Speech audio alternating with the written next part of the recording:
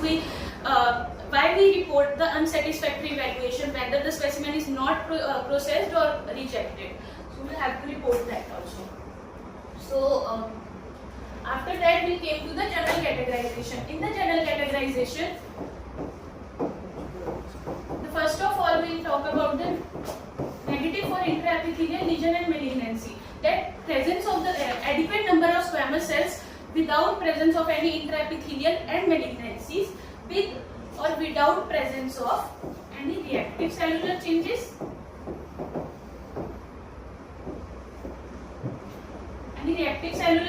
non-neoplastic cellular findings, and organisms.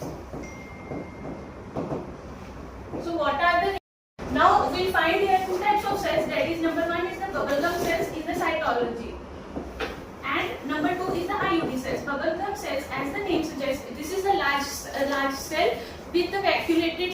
There will be a spider-like projection, spider-like cells with angulated projections with the hyperchromatic nuclei in the interlocking manner. So we will find in the squamous metaplasia. So number two is the tubal metaplasia, where our glandular cells is replaced by the tubal epithelium. Number three, there will be a keratotic changes. So in keratotic changes there will be a two, hyperkeratosis and parakeratosis. So in cytology how we say this is hyper and para. So in hyperkeratosis we found anucleated squamous cells. Anucleated squamous cells, and in the parakeratosis it looks like the superficial cell only with the pycnotic nucleus and the abundant cytoplasm, but in the parakeratosis there will be a little hyperchromatic nuclei.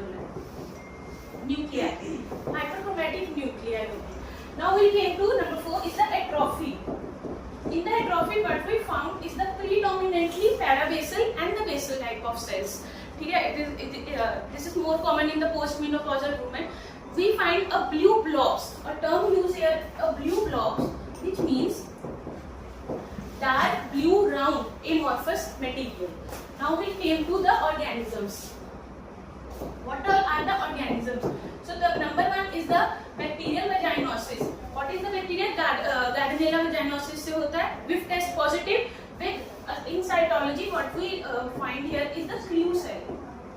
Polygonal squamous cells with the number of cocobacilli which found in over here. Okay. Now number 2 is the trichomonas vaginalis. Trichomonas vaginalis, strawberry cervix. What we found in this, we found a cannonball appearance. Cannonball appearance over here. Okay. Number 3 is the actinomycosis. As it is associated with the intrauterine devices changes 25%. This is the gram positive or aerobic organism. So what we found over here is the cotton ball appearance. Cotton ball appearance, and also sometimes known as the dust bunnies. Dust bunnies. Number 4 is the HSV infection. So HSV infection is the sexually transmitted infection. So we found here a 4M. What is the 4M? Number 1 is the margination. Number 2 is the megaly, that is the nucleomegaly. Number 3 is the multinucleation. And number 4 is the molding of nuclei.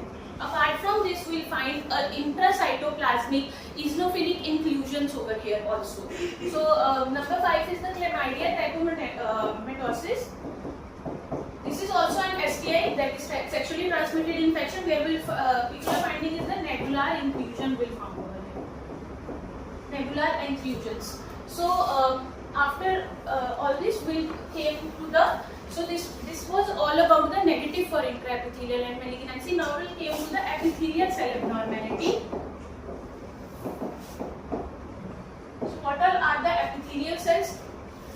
Superficial, intermediate, and parabasal and basal-like cells. Okay. So epithelial cells abnormality में we find an atypical squamous cells and intraepithelial lesion. So Bethesda gives a ratio for this, for the quality assurance. So it will be 1.5:1. But in high risk population, it will be 3:1 also. So in the atypical squamous cells, we have the two that will be ascus and ascus. In the ascus, what is the ascus? Atypical squamous cell with undetermined significance, and ascus atypical squamous cells which cannot exclude the axil. What is ascus? 2.5 to 3 times the size of intermediate cell nuclei. What is the size of the intermediate nuclei? 8 to 10 micron. तो वो 2.5 to 3 times हो जाता है in the ascus. So there will be abundant cytoplasm also and poorly formed a cytoplasmic halos like occasional poilocyte stages also will be found here. So after that ascus. So we cannot exclude axil. This is a pre-invasive condition where we found a size of cell is equal to the size of metaplasmic squamous cell. Okay, that's why we can't exclude the axil because the size, and also there will be a hyperchromasia, but there will be no severe hyperchromasia and no irregular nuclear contours, and also a scant cytoplasm over here. Now we came to the squamous intraepithelial lesion where we have the axil and the squamous cell carcinoma. So in the axil, what is axil? Low grade squamous intraepithelial lesion. So in the axil we will have the abundant cytoplasm. In the axil we will have the abundant cytoplasm. What is the cell type over here? Superficial or intermediate type cells we will find here, which is mature. And also we have the hyperchromasia and the some kind of irregular nuclear contours, etc. Now in the axil we will have the particular finding, that is binucleation and poilocytosis. In the binucleation, what is poilocytosis? Cytoplasmic halo around the nucleus. Okay, so this is a characteristic feature of the axil. In the axil, we will also have the hyperchromasia, severe hyperchromasia, irregular nuclear contours, and the pleomorphisms. But there will be a immature type of parabasal cells. Okay, so all of the features in the squamous cell carcinoma, all of the features like axil will find. So what will be the difference? So difference is in the carcinomas, invasion will be there. Invasion will be there. So how will find? So there will be presence of tumor diastasis. What is tumor diastasis? Inflammatory cells and necrotic diastasis. Okay, so we find over here. Now this is all about the squamous cell abnormality, epithelial cell abnormality. There will be also a presence of the glandular cells, that is the endocervical and the endometrial cells. So in the glandular cells abnormality, we will find the atypical glands, adenocarcinoma in situ and the adenocarcinoma. In atypical, as the name said, there will be a suspicious atypical glands which will be endometrial or endocervical, but we can't make a possible differentiation over this. Okay, so we will not have to try that. So in the adenocarcinoma in situ, endocervical origin होता है इसका, and also nuclear stratification or crowding of cells will be there. So there will be we'll find a characteristic feathering over there.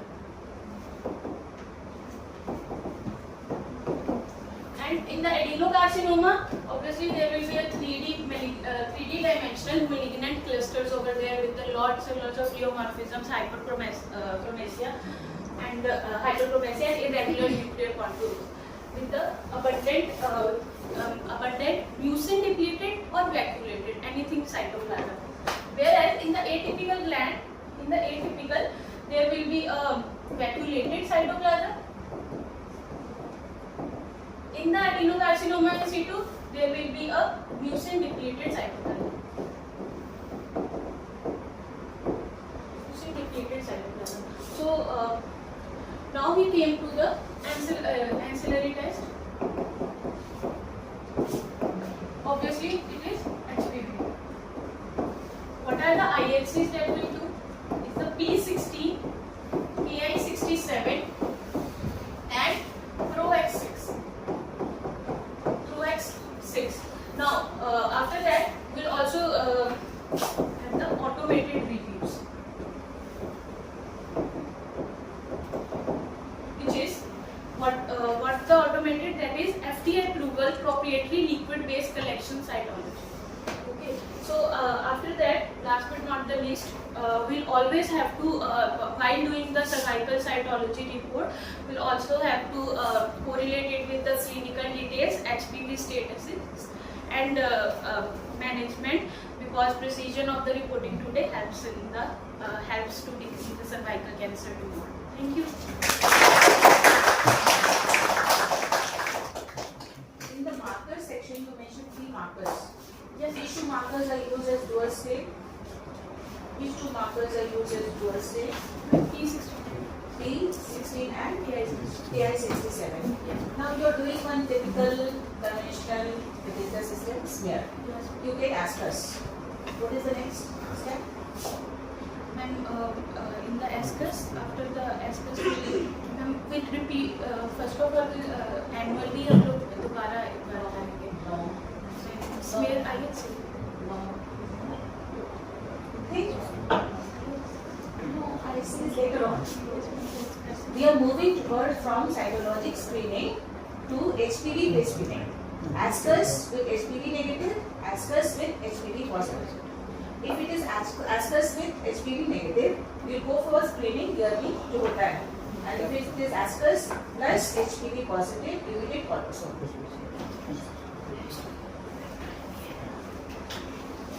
Anybody? कोई और भी लोग कुछ add करना चाहते हो? डॉक्टर तन्या सिंह बहुत अच्छा प्रेजेंटेशन की है. But again, I want to say that this topic is not appropriate for micro teaching. Again, what I have felt that this topic should be presented in seminar, and in seminar also should be divided into 2 parts: non-neoplastic and neoplastic. Then only they will. Actually, it was deviation from the basic concept. हाँ, वो ज़्यादा elaborate था. ये बिल्कुल seminar का 2 part में था. जैसे X-ray, you could have discussed more on X-ray. Yes. There are certain conditions which will mimic X-ray. It will look like X-ray. What is that condition? Facile then frank carcinoma, squamous cell carcinoma. हाँ, वो तो है sir. हाँ, वो ये तो है sir. एक minor condition है. जैसे atrophic जो होता है, उसमें X-ray जैसा mimic करता है, but that is not alarming. उसमें X-ray जैसा करवाने. तो ये सही में it is a vast topic. और एट्रोफिक वेजाइटिस के बारे में तो शायद डिस्कस नहीं किए हाँ बताइए. वो X-ray का condition माइक्रो टीचिंग के लिए नहीं था. जो ये टॉपिक कुछ हमको भी थोड़ा चेंज करना पड़ेगा. बट सर ये टॉपिक मतलब हर साल शॉर्ट में प्रेजेंट किया जा सकता है. नहीं जैसे हो रहा है. हाँ, नहीं, हर जैसे एग्जाम में रहता ही है. नहीं जैसे प्री मैनेजमेंट में लॉन्ग क्वेश्चन भी लिख सकते हैं, शॉर्ट नोट भी लिख सकते हैं. उसी तरह से इसको शॉर्ट में लिखा जा सकता है. टॉपिक इज इम्पोर्टेंट, लेकिन ये जरूरी थोड़ी है कि अगर माइक्रो में चल रहा था, अगर हम रियलाइज कर रहे हैं कि it is not suitable for micro, it is suitable for the seminar का. नहीं तो सेमिनार में करेंगे. सेमिनार में ही होना चाहिए, वो भी 2 पार्ट में बात करते हुए all the. If you get, I personally feel that if you get a topic like this for micro teaching, you should not be in so detail. It should be small, concise, just 5 minutes. नहीं, ये क्या करेंगे, मेरेस्टा system को दे दिया गया, तो ये तो सिस्टम हो गया, तो पूरा इसको starting from the inflammatory to carcinoma पे इसको जाना है. जब तक तुम इसको फोकस नहीं करोगे कि हाँ ओनली नॉन-प्लास्टिक ही तुमको डिस्क्राइब करना है, तो फिर उतना में ही लग गया. बेसिक आउटलाइन तो दे दी. चला लेकिन तुम कोशिश करो. So very good, excellent presentation. Micro में कितना 15 मिनट्स लिया है. 15 मिनट्स में काफी चीजें बताने की कोशिश की है और बहुत अच्छे से बताई है. सब कुछ देखा जाता है. वॉइस अच्छा है, लाउड है, पीछे तक जा रहा है. जो चीज करना चाह रही थी वो बताने में मतलब ये सक्सेसफुल रही है ना।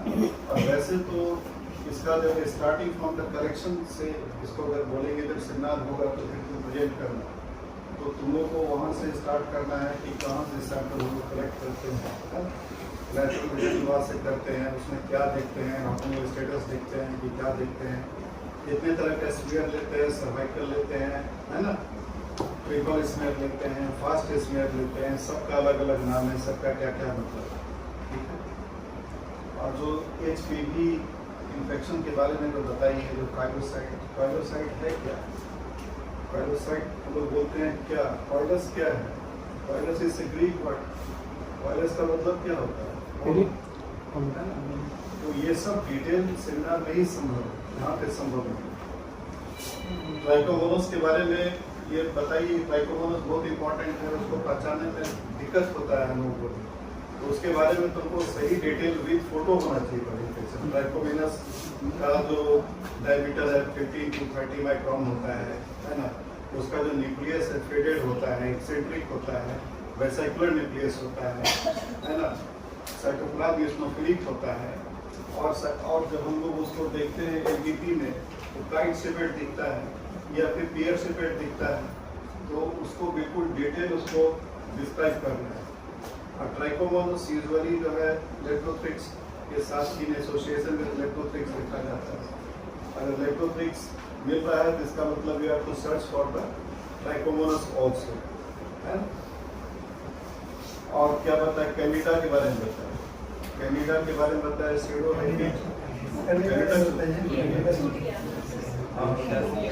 Cornelia forms are सही है, एंड कैटरेक्टा होता है और cornelia yeast forms होता है, इस फॉर्म होता है, और सीडो होता है शीश कबाब arrangement, डिटेड। हाँ, और क्या होता है उसमें क्या अपीयरेंस होता है, वो फेमस है। शीश कबाब हाँ। होता है और मीट बॉल और हाँ, ये सब है, तो बहुत सारा चीज़ है, जल्दी बोलने में थोड़ा ये हो जाता है, लेकिन हमारा ये है कि प्रशांत इसको सेमिनार में जो है ना इस टॉपिक को 2 पार्ट में, होम्योप्लास्टिक न्यूप्लास्टिक, ठीक है, starting from the collection to the commercial carcinoma, ये इसमें डिस्कस होगा, ठीक है। Again thank you.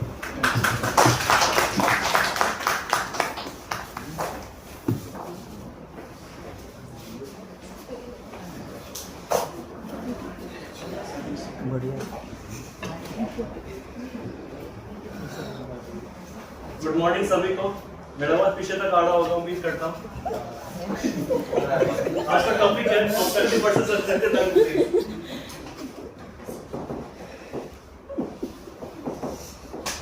यूजी के टाइम में हम लोग को एक ही चीज पूछा जाता है, इसमें डिफरेंस क्या है। इस डिफरेंस को हम लोग सबसे लास्ट में देखेंगे कंक्लूजन टाइप से। उससे पहले कुछ हम लोग को बेसिक जानना चाहिए ऑब्स्ट्रक्टिव के बारे में। ऑब्स्ट्रक्टिव लंग डिजीज क्या होता है?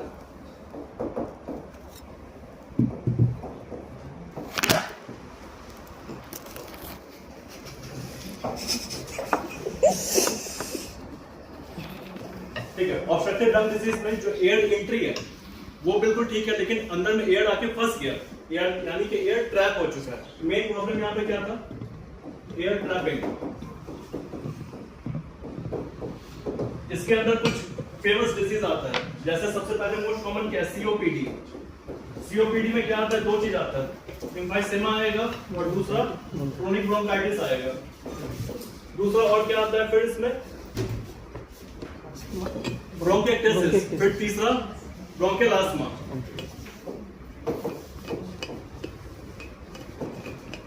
ठीक है, अब हम लोग यहाँ पे सबसे पहले देखेंगे एम्फाइसेमा के बारे में। एम्फाइसेमा क्या होता है? एम्फाइसेमा के irreversible enlargement of air spaces. जो एयर स्पेसेस था वो एनलार्ज हो गया। कहां से? टर्मिनल ब्रोंकियल के पास। टर्मिनल ब्रोंकियल के पहले क्यों नहीं हुआ? क्योंकि वहां पे कार्टिलेजिनस रिंग था, इसलिए वहां पे नहीं हुआ। टर्मिनल ब्रोंकियल के बाद इररिवर्सिबल, ये इररिवर्सिबल प्रोसेस है। इसमें टाइप्स हम लोग को देखना होता है, 3-4 टाइप्स होता है। सबसे पहला हो गया पैन एसिनार्ड, ये हमारा टर्मिनल ब्रोंकियल है। इसके बाद आ गया रेस्पिरेटरी ब्रोंकियल, यहां तक क्या होगा? कार्टिलेज होगा, टर्मिनल ब्रोंकियल में कार्टिलेज होगा, इसमें कोई दिक्कत नहीं।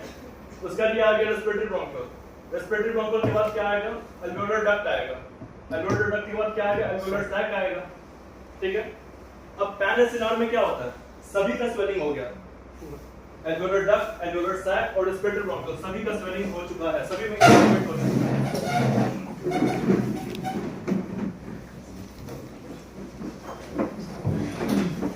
ओके, तो यहाँ पे क्या हुआ कि सभी का स्वेलिंग हो चुका है, पैनल सिनार हो गया।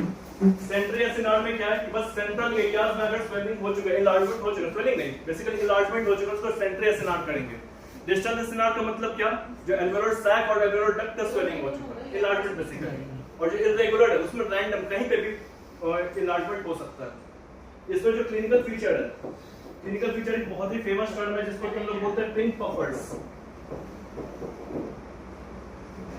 अब पिंक पफर्स का मतलब क्या है, वैसे और भी चीज होता है, जैसे कि इसमें बैरल शेप चेस्ट मिलता है, इसमें पर्स लिप ब्रीदिंग होता है। पर्स लिप ब्रीदिंग क्या हो गया, उसको जैसे हम लोग कैंडल फूकते हैं उस तरह से उसको ब्रीदिंग लेना पड़ रहा है, मेरी एक्सपिरेशन करना पड़ रहा है, यानी कि फोर्स्ड एक्सपिरेशन हो रहा है।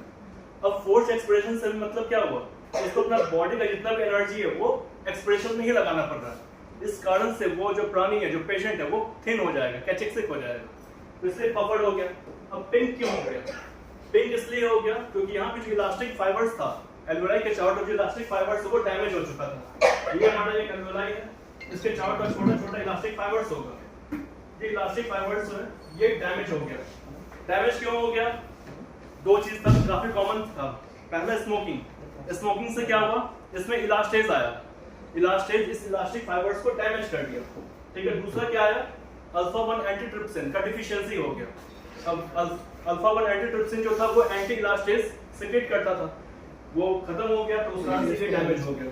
दूसरा, यहाँ पे जो हमारे एल्वेओलाई, दो एल्वेओलाई के बीच में जो सेप्टा था, जैसे ये एक एल्वेओलाई है और यहाँ दूसरा एल्वेओलाई है, इस दोनों के बीच जो सेप्टा था ये भी डिस्टॉर्ट हो चुका है। तो अल्टीमेटली क्या हुआ कि ऑक्सीजन यहाँ पे एक्युमुलेट होकर रह गया, ऑक्सीजन गैसेस एक्सचेंज नहीं हुआ। जब गैसेस एक्सचेंज ही नहीं हुआ तो वहाँ पे ऑक्सीजन जमा रह गया। ऑक्सीजन जमा रहने के कारण क्या होगा, क्या यहाँ पे साइनोसिस होगा, नहीं होगा, तो इसलिए ये क्या हो जाएगा, पिंक पफर्स हो जाएगा। यहाँ तक सही है, ठीक है। तो पहला हम देखिए पैनल सिनार, देखिए दूसरा क्या, सेंट्रल सिनार, डिस्टल सिनार और इरेगुलर, चार पैटर्न हो गया, ये पिंक पफर्स हो गया। इसका दूसरा जो इसमें आता है वो क्या था, हम लोग क्या लेते थे, chronic bronchitis. Chronic bronchitis, chronic bronchitis में खास बात क्या है, यहाँ बोलते हैं कि 3 कंसेक्यूटिव मंथ्स, जुलाई अगस्त सितंबर या कोई भी 3 महीना और 2 कंसेक्यूटिव ईयर्स तक वो उसको प्रोडक्टिव कब होगा, ठीक है, 3 कंसेक्यूटिव मंथ होगा और 2 ईयर्स, ठीक है, तब तक वो स्मोकिंग करेगी। मतलब वो मेनली क्या होता है, स्मोकिंग के कारण हो रहा है, उसको 90% वो स्मोकिंग से एसोसिएटेड होता है। अब यहाँ पे हम लोग को मेनली क्या देखना होता है, रीड इंडेक्स देखना होता है। रीड इंडेक्स क्या होता है, यहाँ पे ये बोला कि जब जैसे एक बेसिक पैथोलॉजी इसमें समझते हैं, कोई आदमी स्मोकिंग कर रहा है तो उसमें म्यूकस ज्यादा बनेगा। अब म्यूकस कहाँ से बना, सबम्यूकोसल ग्लैंड से बना, यानी कि इसमें सबम्यूकोसल हाइपरप्लेजिया हो गया। तो यहाँ पे हम लोग ये देखते हैं कि भाई जो सबम्यूकोसल जो थिकनेस है वो बढ़ चुका है, सबम्यूकोसल थिकनेस बढ़ चुका है as compared to total thickness between epithelium and cartilage.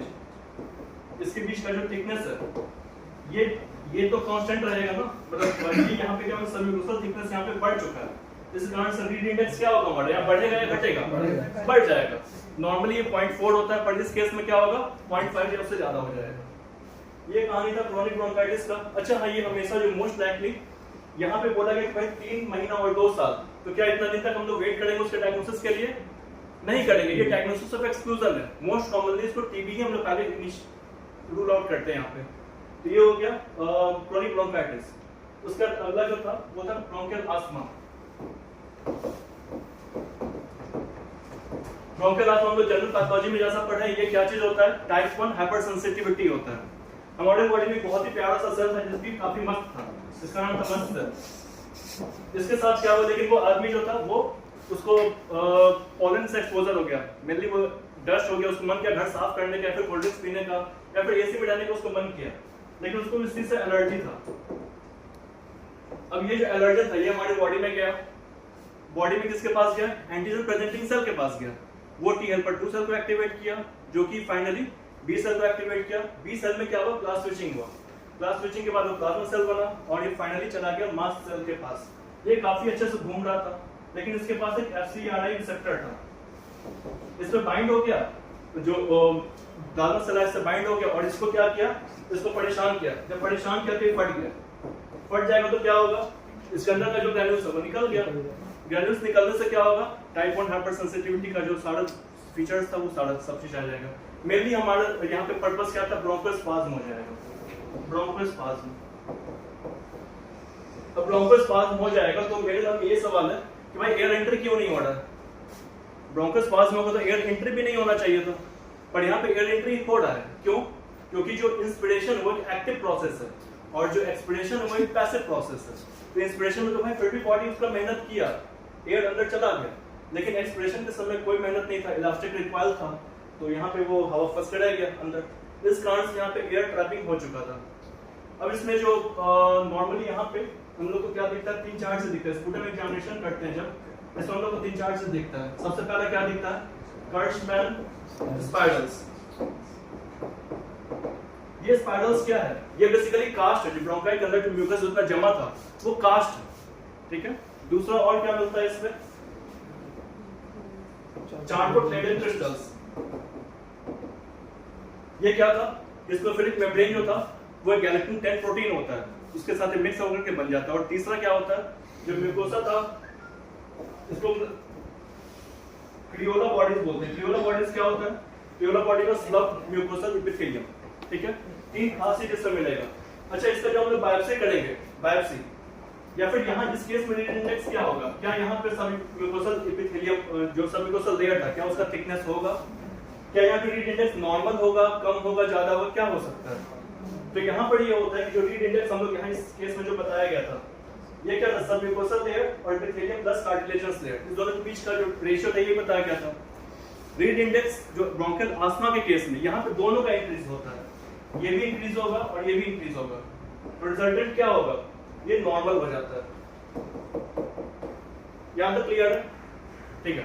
तो यानी कि अल्टीमेटली यहाँ बायोप्सी अगर हम देखते हैं तो इसमें क्या होगा, एयर में रीमॉडलिंग हो गया, ओवरऑल जो उसका जो हर एक लेयर था वो रीमॉडल हो चुका है, जिस कारण से यहाँ पे रीड इंडेक्स भी नॉर्मल आया है इसका। अगला जो है ये है ब्रोंकिएक्टेसिस। ब्रोंकिएक्टेसिस में क्या कहानी है, ब्रोंकिएक्टेसिस में जो हमारा जो म्यूकस है वो काफी थिक हो चुका है और वो अल्टीमेटली क्या हो जाएगा, कोई थिक चीज है वो धीरे धीरे ट्रिकल डाउन होते जाएगा, लोअर लोब्स ऑफ लंग में ट्रिकल डाउन हो जाएगा, ठीक है। तो ये मोस्ट कॉमनली किसको अफेक्ट करता है, लोअर लोब्स को अफेक्ट करता है। ये इसका मेनली कॉजेस क्या है, 2 तरह का हो सकता है, या तो कॉन्जेनाइटल हो सकता है या फिर एक्वायर्ड हो सकता है। कॉन्जेनाइटल होगा तो कॉन्जेनाइटल में 2 कारण आता है, एक आ गया कार्टर जेनर सिंड्रोम, दूसरा आ जाता है कौन सा, सिस्टिक फाइब्रोसिस, ठीक है। सिस्टिक फाइब्रोसिस का काफी अच्छा डिफरेंशियल भी है। सिस्टिक फाइब्रोसिस में क्या होता है, अपर जो लोब्स है वो अफेक्ट होता है, जबकि ब्रोंकिएक्टेसिस नॉर्मली में उसमें लोअर लोब्स अफेक्ट होता है। ऐसा क्यों हो गया, सिस्टिक फाइब्रोसिस में अपर लोब क्यों अफेक्ट हुआ, क्योंकि वहां पे थिक म्यूकस तो है लेकिन वो ड्राई है, वो नीचे ट्रिकल डाउन नहीं कर पा रहा, वहां पे क्लोराइड चैनल डिफेक्ट जो था उस कारण से वो ड्राई हो चुका है। तो ये सिस्टिक फाइब्रोसिस मेनली अपर लोब्स को अफेक्ट करता है। अच्छा, कार्टर जेनर सिंड्रोम में 3 चीज, उसका जो ट्राइड था, साइटस इन्वर्सस, साइनोसाइटिस और साथ में ब्रोंकिएक्टेसिस, साथ में उसमें मेल या फीमेल इनफर्टिलिटी भी होता है। ये कार्टर जेनर सिंड्रोम के बारे में था। एक्वायर्ड में इन्फेक्शन हो सकता है। अब इतना वहाँ पे म्यूकस जब जमा है तो वहाँ पे इन्फेक्शन भी तो हो सकता है, वो कल्चर मीडिया की तरह काम करता है, तो यहाँ पे इन्फेक्शन हो गया। दूसरा में फॉरेन बॉडी भी आ सकता है, ठीक है, फॉरेन बॉडी ऑब्स्ट्रक्शन भी हो जाएगा। ये हो गया हमारा ब्रोंकिएक्टेसिस की कहानी, ओके। ये सभी में क्या था, अच्छा ब्रोंकिएक्टेसिस में अगेन ये तो म्यूकस प्लग वहाँ पे बना हुआ है, तो क्या एयर एंट्री अंदर होगा, एयर एंट्री बिल्कुल होगा, क्योंकि again once again same logic, inspiration ये एक्टिव प्रोसेस है, तो एयर अंदर जा सकता है लेकिन एक्सप्रेशन में वो बाहर नहीं आ सकता है। अच्छा, एक चीज इसमें हटाई गया था यार यहाँ पे पीछे, क्रोनिक ब्रोंकाइटिस में इसमें क्या था, ब्लू ब्लोटर्स होता है यहाँ पे, ये ब्लोटिंग क्यों हो गया यहाँ पे, ब्लोटिंग जो ओवरऑल इसमें क्या होता है कि यहाँ पे ऑक्सीजन अल्टीमेटली कम गया, जब ऑक्सीजन कम गया तो उसको पल्मोनरी हाइपरटेंशन होने लग जाता है, जिस कारण से उसको क्रोनिक हार्ट फेलियर होता है और उस कारण से उसको ब्लोटिंग होने लगता है। यहाँ पे ब्लू क्यों हो गया, क्योंकि यहाँ पे CO2 अल्टीमेटली एक्टिवेट करने लग गया, इस कारण से ऐसा हो गया, ठीक है। तो पिंक पफर्स, ब्लू ब्लोटर्स, ये 2 चीज था। उसके बाद अगला जो कहानी है हमारा ये यानी कि हम लोग अभी तक क्या देख लिए, ऑब्स्ट्रक्टिव लंग डिजीज के बारे में देख लिए। अब आता है restrictive lung disease. Restrictive lung disease इसमें जो है 2-3 चीज हम लोग को देखना है। अच्छा, रेस्ट्रिक्टिव लंग डिजीज में बेसिक प्रॉब्लम क्या है कि यहाँ पर लंग कॉम्प्लायंस पुअर है, लंग स्टिफ हो चुका है, वो फैल नहीं सकता, ठीक है।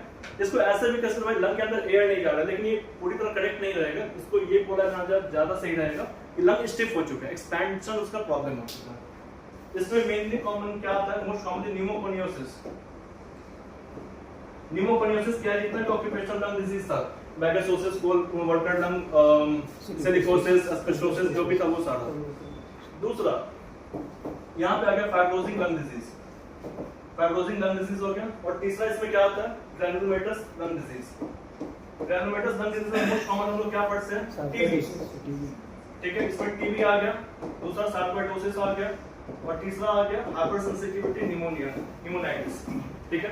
तो सबसे पहले हम लोग इसमें क्या देखेंगे, फाइब्रो, इसमें इस तीनों के बारे में एक जो जनरल जो पैथोजेनेसिस कह सकते हैं। यहाँ पर क्या हुआ, मेरी फाइब्रोसिन के बारे में पहले देख लेते हैं। फाइब्रोसिन में क्या हुआ, देखिए हमारा अल्वेओलाई था, ठीक है। अभी अल्वेओलाई में क्या हुआ, इसके आसपास क्या था, ये इंटरस्टिशियम था, ठीक है। ये अल्वेओलाई का जो वॉल था वो रप्चर कर गया, फट गया, किसी रीजन से भाई वो फट गया, पैथोजन से फट गया या फिर किसी रीजन से फट गया। अब जब फट गया तो इस कंटेंट का जो ये पैथोजन था वो क्या करेगा, क्या इंटरस्टिशियम में आ जाएगा, आ गया, ठीक है। यहाँ पे बहुत सारा इन्फ्लेमेटरी सेल्स भी आएगा, जब पैथोजन आएगा उसके साथ इन्फ्लेमेटरी सेल्स भी आएगा। उसके बाद जो है यहाँ पर जब इन्फ्लेमेटरी सेल्स आ चुका है बहुत सारा, तो यहाँ पे क्या होगा, फाइब्रोसिस भी होगा, फाइब्रोसिस होगा। फाइब्रोसिस होने के बाद लास्टली वहाँ पर क्या होगा, इनफैक्ट जो लंग्स है वो स्टिफ होने लगेगा, धीरे धीरे ये फाइब्रोसिस पूरी तरह लंग में स्प्रेड करेगा और वो स्टिफ हो जाएगा। तो ये इसका बेसिक मैकेनिज्म है।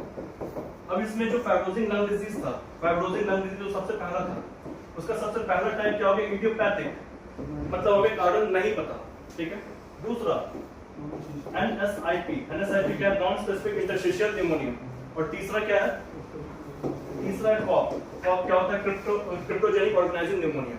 इसमें खास सिर्फ मिलता है जो कि एग्जाम में पूछा जाता है, मैसन्स बॉडी।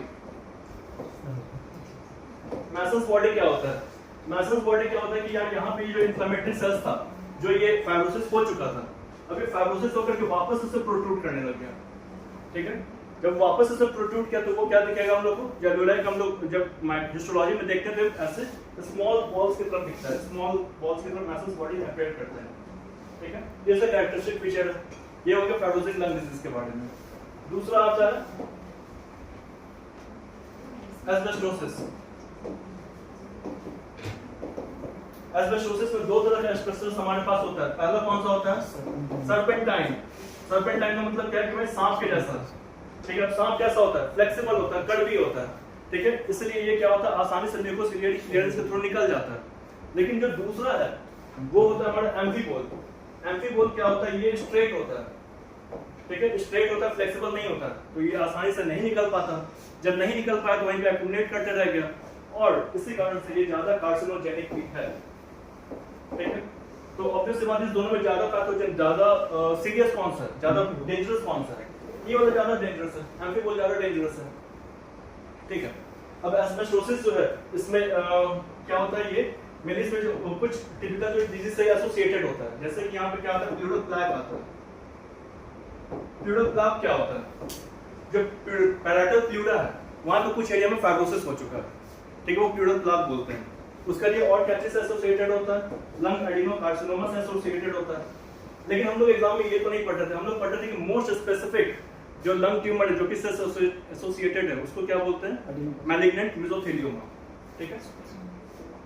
ओके, एस्बेस्टोसिस में और क्या बचा, हाँ इसमें यहाँ पे फेरोजिनस बॉडी होता है, ठीक है, फेरोजिनस बॉडी।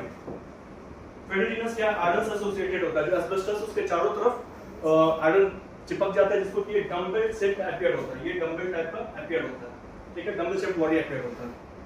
ओके, ये हो गया एस्बेस्टोसिस। उसके बाद इसमें जो मोस्ट कॉमन था वो क्या था, सिलिकोसिस।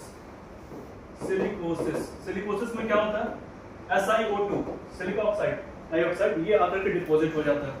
जब ये डिपॉजिट हो जाएगा तो वो क्या होगा, लंग्स में उस एरिया में सिलिका नोड्यूल बन जाएगा। ये डिपॉजिट हो गया, लंग एरिया में डिपॉजिट हुआ, डिपॉजिट होने के बाद ये सिलिका नोड्यूल बन गया। नोड्यूल बनने के बाद क्या होगा, उस एरिया को डैमेज करेगा। डैमेज करने पर क्या होगा, यहाँ पे आसपास कार्टिलेजिनस कोलेजनस स्कार बन जाएगा। लॉन्ग टाइम पे कोलेजनस स्कार बनेगा, ठीक है। इसको हम लोग सिलिका नोड्यूल के चारों तरफ क्या होता है, जब हम लोग ग्रॉसली माइक्रोस्कोपली इसमें देखते हैं तो उसमें क्या होता है कि सेंटर में वर्ल्ड अपीयरेंस रहता है और चारों तरफ फाइब्रोब्लास्ट एंड इन्फ्लेमेटरी सेल्स आ जाते हैं, ये सिलिकोसिस का है।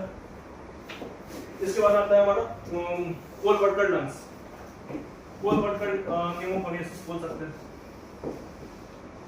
इसमें क्या होता है, सबसे पहले एसिम्प्टोमेटिक है, पहले एसिम्प्टोमेटिक के टाइम में क्या हुआ, यहाँ पे कार्बन पिगमेंट आकर के डिपॉजिट हो गया लंग में, ठीक है, ये अभी तक क्या है, एसिम्प्टोमेटिक है। उसका दूसरा आया यहाँ पे कोल मैक्यूल बन गया।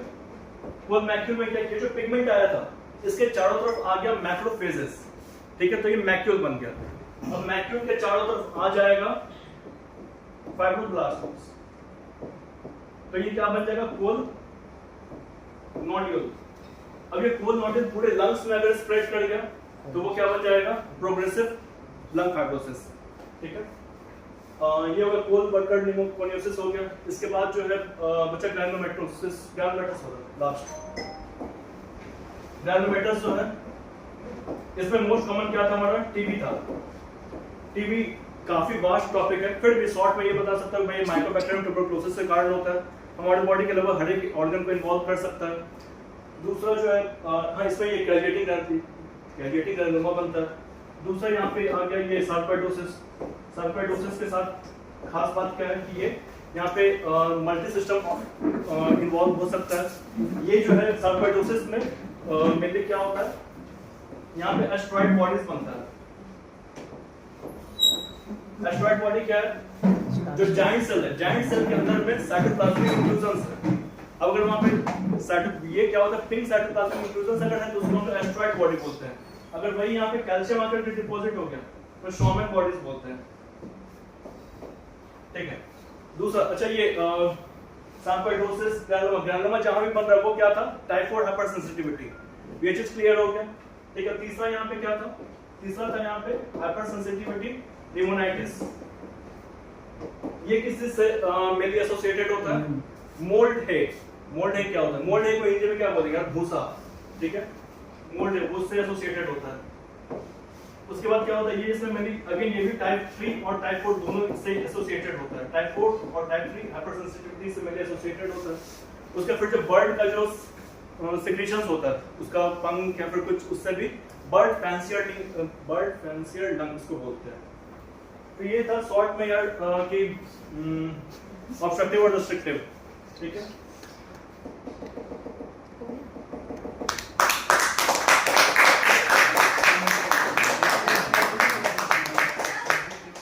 कंक्लूजन सुनना है या अच्छा हो गया, ओके। तो कंक्लूजन डायग्नोस्टिक्स कहाँ गया, अब डायग्नोसिस नहीं था इंक्लूडेड, मैंने वो पूरे टॉपिक को शॉर्ट में इंक्लूड कर सारा दिया। पैथोजेनेसिस हो गया, डायग्नोस्टिक्स इंपॉर्टेंट है। इसका 20 मिनट से ऊपर चला गया। तो प्रैक्टिस ये करना है कि 10 to 15 मिनट के बीच में मैक्सिमम 15 मिनट एनी मिनट का होता है माइक्रोटेकिंग, होता है ना 5 मिनट से 10 मिनट। तो जैसा वहाँ बजट करना है उसका भी प्रैक्टिस हम लोग करते हैं। 5 मिनट में आपको पैथोजेनेसिस पूरा नहीं बताना है, आपकी चीज हो प्रैक्टिस करोगे, डायग्नोस्टिक्स पे फोकस करना तो है। FEV1 by FVC रेशियो वो सब सारे डायग्नोस्टिक्स तो पूरा ही क्योंकि वहाँ तो 10-10 ये पूरा अंडर ग्रेजुएट वाला हो गया सारा। तो 5 मिनट का मतलब 1 घंटा हो जाता है, तो 20-20 मिनट तो वहाँ मिलेगा नहीं। हमारा टॉपिक एकदम माइक्रोटेकिंग वाला टॉपिक है, तो बता सकता था 5 मिनट में। हाँ, डायग्नोस्टिक्स बता रहा था, पोस्ट ग्रेजुएट है ना, तो पैथोजेनेसिस को उतना डिस्क्राइब नहीं करना है, शॉर्ट में करके नहीं करना है। अच्छा टेबल जो बना Presentation was good. You were giving clarity था, लेकिन essence जो था वो छूट गया। ठीक है। तो पहले तुम लोग समझो कि ये सेमिनार की तरह प्रेजेंट नहीं करना है। सेमिनार एक अलग चीज है, बार-बार तुम लोग यहाँ पे प्रॉब्लम क्या हो रहा है, बेल लेके बैठा रहता है लोग, बेल बज जाता है, अब जाइए। सेमिनार की तरह बोलना शुरू कर दिए, आ रहा है, बोले जा रहे हैं 20 मिनट, ऐसा नहीं करना। तुम जानते हो ठीक है, लेकिन कंसाइज पूरी को करना है, ठीक है ना। चैप्टर तो है ही जो है, एक राउंड फिर से करो। तुमको क्या बोलना है वो 10 मिनट में, या सबका एक टॉपिक एक और साइड, एक साइड 5 मिनट में, अगले टॉपिक के साथ फिर से करो। और तुम्हारा ठीक है, बहुत इसको बहुत काफी अच्छा प्रेजेंटेशन किया है डॉक्टर भानु। देखो हम ना बार-बार कहते हैं कि जो ये माइक्रो टीचिंग है ना, ये क्लासरूम टीचिंग नहीं है। There is some difference between classroom teaching and micro teaching. The basic difference is that in classroom teaching तुम्हारे सामने कौन बैठा रहता है? कौन बैठता है? स्टूडेंट को बहुत तरीके से बात करते हैं, कभी हम लोग भी डांटते भी हैं, कभी प्यार से समझाते भी हैं, कभी उसको खड़ा भी कर देते हैं, कभी बुलाते भी हैं डैश पे, कभी तुम बोलो, वो एक डिफरेंट प्रेजेंटेशन होता है। माइक्रो टीचिंग जब तुम प्रेजेंट करोगे तो उस वक्त तुम्हारे सामने कौन रहेगा बैठा? टीचर्स। एक्सटर्नल्स। इंटरनल की बात छोड़ दो, हम लोग तो घर के लोग, कौन बैठा रहेगा? एक्सटर्नल्स। तो तुम जो प्रैक्टिस कर रहे हो वो किसके सामने बोलेगा प्रैक्टिस कर? एक्सटर्नल। तो क्या ये प्रैक्टिस कर रहे हो? ऐसे ही बोलोगे उसके सामने याद याद करके?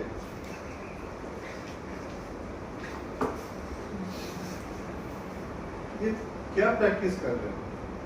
You know the content very good, तुम जानते हो कंटेंट बहुत अच्छा है, वॉइस बहुत अच्छा है, काफी क्लियर वॉइस है, दूर तक जाता है बिना माइक के, सारा पॉजिटिव बात, लेकिन तुम किसको प्रेजेंट, तुम्हारे सामने बैठा हुआ कौन है तुम यही नहीं समझ रहे हो। तो अभी इन लोग को देख रहे हो, इसको देखना ही नहीं है, तुमको ये समझना है कि ये सारे एक्सटर्नल बैठे हैं। ये रिहर्सल हो रहा है ना, क्या चीज का रिहर्सल कर रहे हो? तुम इन लोग को देख रहे हो कि दोस्तों ऐसा क्यों सोचते हो कि तुम ये मान के चलो कि तुम्हारे सामने तुम्हारा एग्जाम हो रहा है और एक्सटर्नल बैठा है, तब तो प्रैक्टिस होगा। तो क्या चीज का प्रैक्टिस होगा? कोई सेंस ही नहीं है। ये बेसिक बात को समझ, तुम्हारे ही फायदे के लिए ना सारा ये हम लोग जो ये कर रहे हैं, किसके फायदे के लिए होता है कि तुमको इस तरह ट्रेन करते हैं कि तुम सही टाइम पर सही जगह पे तुम अपने को सही ढंग से प्रेजेंट करते हैं। ये सारा मेहनत किस लिए है?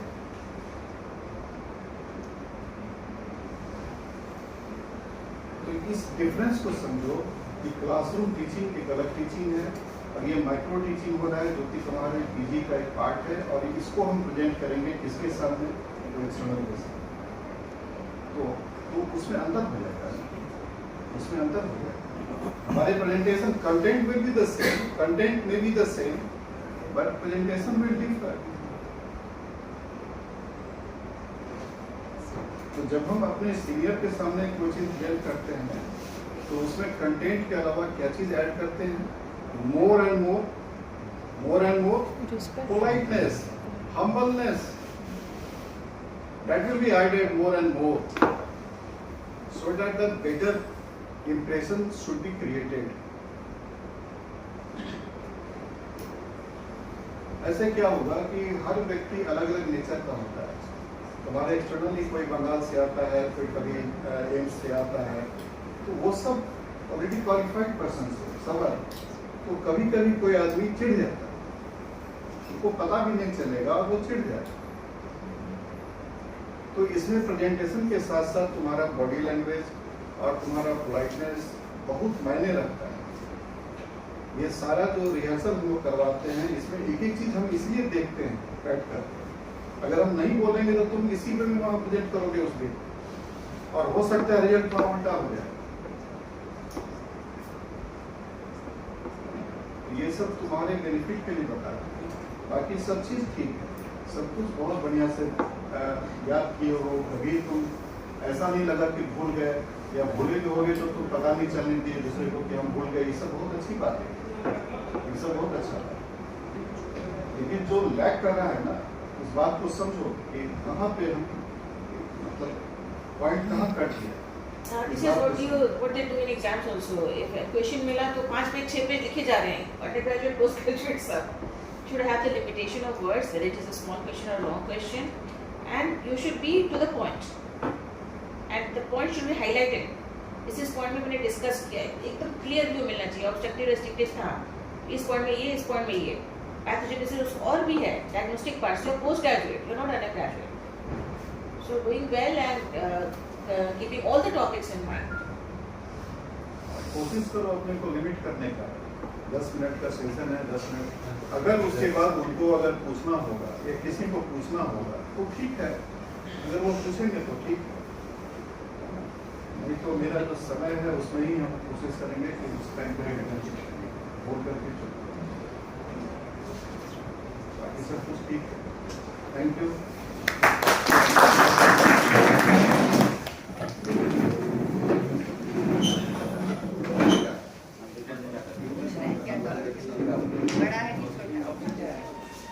लिखी है